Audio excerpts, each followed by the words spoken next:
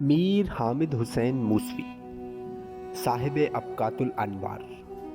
لکھنؤ میں حسینیہ غفرہ ماب کے بالکل سامنے یہ جو مزار آپ کو دکھائی دے رہا ہے یہ میر حامد حسین موسوی کا ہے۔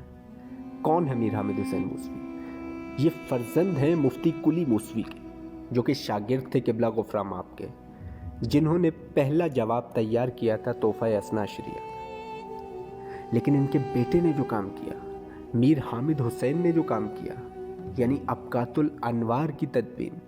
ابقات الانوار کے متعلق خمینی بچکن فرماتے ہیں کہ یہ کتاب ابقات الانوار زمانہ غیبت کبریٰ میں تشیع کے لیے حجت کبریٰ ہے۔ یہ مقام ہے قبلہ حامد حسین موسوی کا۔ ولادت ان کی 1246 ہجری میں، جبکہ 1200 ہجری کے اندر قبلہ غفرہ ماب نجف سے ہندوستان واپس آ چکے تھے۔ اور یہ وہ شخصیت ہیں کہ اس تحفہ اثنا عشریہ کا جواب دینے کے لیے کتنی زحمتیں اٹھائیں، آپ تاریخ پڑھیے آپ کو معلوم ہوگا۔ ایک ایک روایت ڈھونڈ کر لائے جو چھپائی جا رہی تھی، لوگوں کے سامنے نہیں لائی جا رہی تھی، اور وہ ایک کتاب تحفہ اثنا عشریہ، اس کا جواب 30 جلدوں میں لکھا ہے۔ اور وہ جن کا دعویٰ تھا کہ تحفہ کا جواب کوئی نہیں دے سکتا، وہ آج تک ابقات کا جواب نہیں دے سکے۔ میر حامد صاحب ادبی عرب میں مسلط تھے۔ رجال اہل سنت کے اوپر تو بہت، شاید آغا میر حامد صاحب سے زیادہ کسی کا کنٹرول بھی تاریخ تشیع میں اتنا نہیں ہوگا جتنا میر حامد صاحب اور ان کے بیٹے ناصر ملت کا رجال اہل سنت کے اوپر تسلط اور کنٹرول تھا۔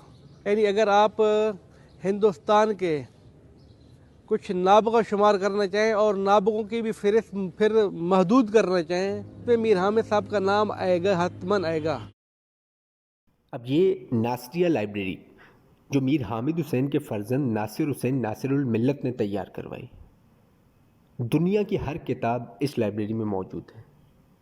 اور آج یہ شخصیت جو آپ دیکھ رہے ہیں قبلہ آغا روحی، یہ 5ویں پشت سے ہیں مفتی کلی موسوی۔ میر حامد صاحب کو پتہ چلا، اطلاع ملی کہ ایک کتاب ہے جو مکہ میں ہے، عربستان کے اندر ہے، سعودیہ کے اندر ہے، سنی عالم کی کتاب ہے اہل سنت کی، کہ جس کے اندر کچھ مطالب ایسے ہیں کہ جو میرے اس کتاب کے کام آئیں گے۔ میر حامد صاحب نے مکہ کا سفر اختیار کیا، وہاں پر اس عالم اہل سنت کا گھر تلاش کیا۔ تو یہ انہوں نے جو مشہور رویہ ہے کہ اپنے کو ایک سنی ثابت بتایا اور کہا کہ میں ہندوستان کا رہنے والا ہوں، اور لیکن یہ نہیں کہا کہ میرے پاس کچھ پیسہ گھٹ گیا ہے تو میں چاہتا ہوں کہ کچھ خدمت کروں تاکہ میں واپس ہو جاؤں۔ قبول کر لیا گیا۔ تو ان کا معمول یہ تھا کہ دن میں کام کرتے تھے اور رات میں جو ہے وہ نسخہ برداری کرتے تھے، یعنی اس کتاب کو نقل کرتے تھے۔ علماء کہتے ہیں کہ واپس جمع کیا اور ہندوستان کی طرف سفر کرنا شروع کر دیا۔ راستے میں جب آ رہے تھے، کشتی کے اوپر سوار تھے کہ اوپر بیٹھے تھے چھت کے اوپر، تو ہوا نے جھونکا لگایا اور کتاب جو آغا صاحب کے پاس پڑی تھی کاغذ کے اندر، یہ فوراً کود گئے اور اس صندوق کو نکالا۔ وہ کتاب اس وقت بھی کتاب خانہ ناصریہ میں موجود ہے۔ اس کے اوپر پانی اور چھینٹے اور خرابی جو ہوئی تھی ابھی تک ہے، سالم کتاب۔